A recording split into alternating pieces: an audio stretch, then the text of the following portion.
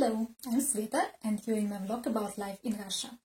Today I'm going to talk about the money. How much do Russians spend on their utilities in their apartments? And I'm going to have two examples here. One is a two-bedroom apartment, 74 square meters, and I'm going to refer to it as a big apartment. And the second example is a studio, 31 square meter, and I'm going to refer to it as a small apartment. Every month all Russians get utility bills, and normally they come at the end of the month, and we have a week or two to pay them.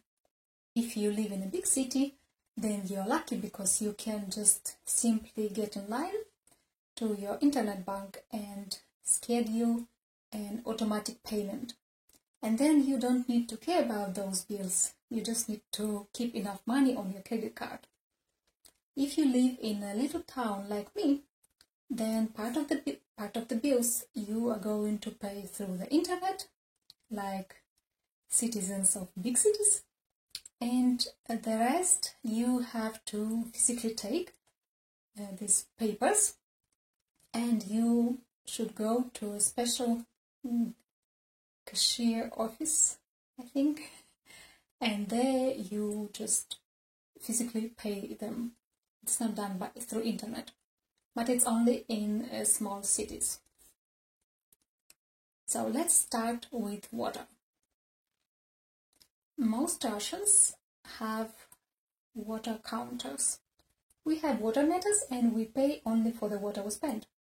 1 cubic meter of cold water costs 47.2 rubles, and 1 cubic meter of hot water costs 144.91 rubles. In our apartment we have an electric boiler, and that's why we only pay for the cold water, and we spend around 4 cubic meters of water. It means we pay around 200 rubles plus around 100 rubles for wastewater. In a small apartment, they spend around 4 cubic meters of cold water and 4 cubic meters of hot water. It means that they spend around 400 rubles for water and 200 rubles for wastewater. Heating takes around half of what we pay for the utility. And I should say that from 80 to 90% of Russian apartments do not have utility meters, because heating system in our houses were not meant for any individual meters. That's why we pay a standard fee, or at best we install a heating meter in the basement of the house, and then divide that meter in values to the number of the apartments in the house. We pay for gigacalories. 1 gigacalorie costs 1827.4 rubles, and in our big apartment we spend around 2 gigacalories a month. It means that we pay around 3700 rubles a month for the heating. In the small apartment they pay around 1000 rubles a month. Of course, all these numbers vary depending on the weather. If it was very cold, minus 20 or minus 30 degrees Celsius, then we paid more. If it wasn't cold, and like around minus 10 degrees, then we paid a bit less. Electricity. Russians use energy meters like everybody else. There are 3 types of energy meters. With flat rate, and then you pay 3.99 rubles per every kilowatt hour. During my childhood and in Soviet Union there was only this type of electric meters. And then we have economy aid. It is a meter with 2 types. From 7 a.m. to 11 p.m. we pay 4.03 rubles per kilowatt hour, and from 11 p.m. to 7 a.m. we pay 2.57 rubles per kilowatt hour. This type of electric meter is the most popular in Russia. And there is a 3 rates energy meter.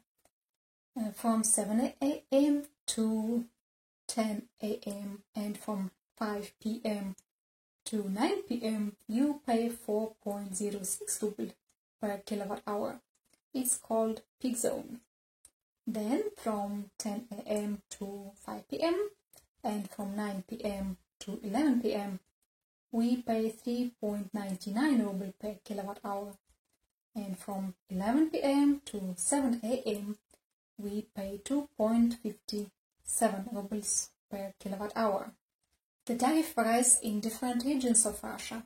In some regions we pay more than that, and in some regions we pay less. So in the big apartment we spend an average of 300 kilowatt hour a month, and it is 830 rubles. And in the small apartment we spend around 600 kilowatt hour a month, and it is around 2000 rubles. If you have an electric stove or electric heating in your apartment, or if you live in a village, then you pay around 30% less than these numbers. Gas. Most Russians living in small buildings have gas stoves and gas ovens. And by small building, I mean a building less than 10 stories.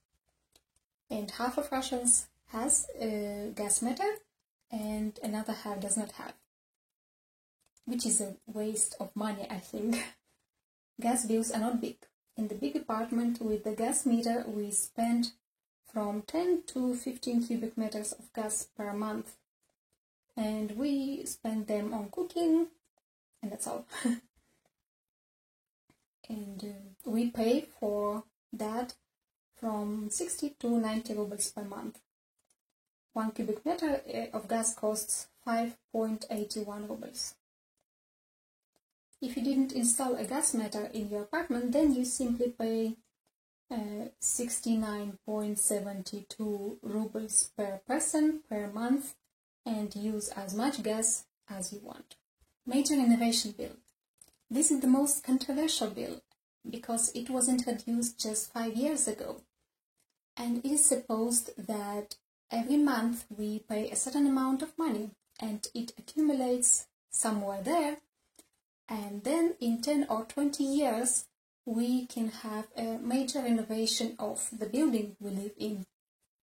But a lot of people still think that it's a scam and it's a rip-off, and we're not supposed to pay as much as we pay. The tariff is 9 rubles per square meter, and we, in the big apartment, we pay around 660 rubles a month. Management company.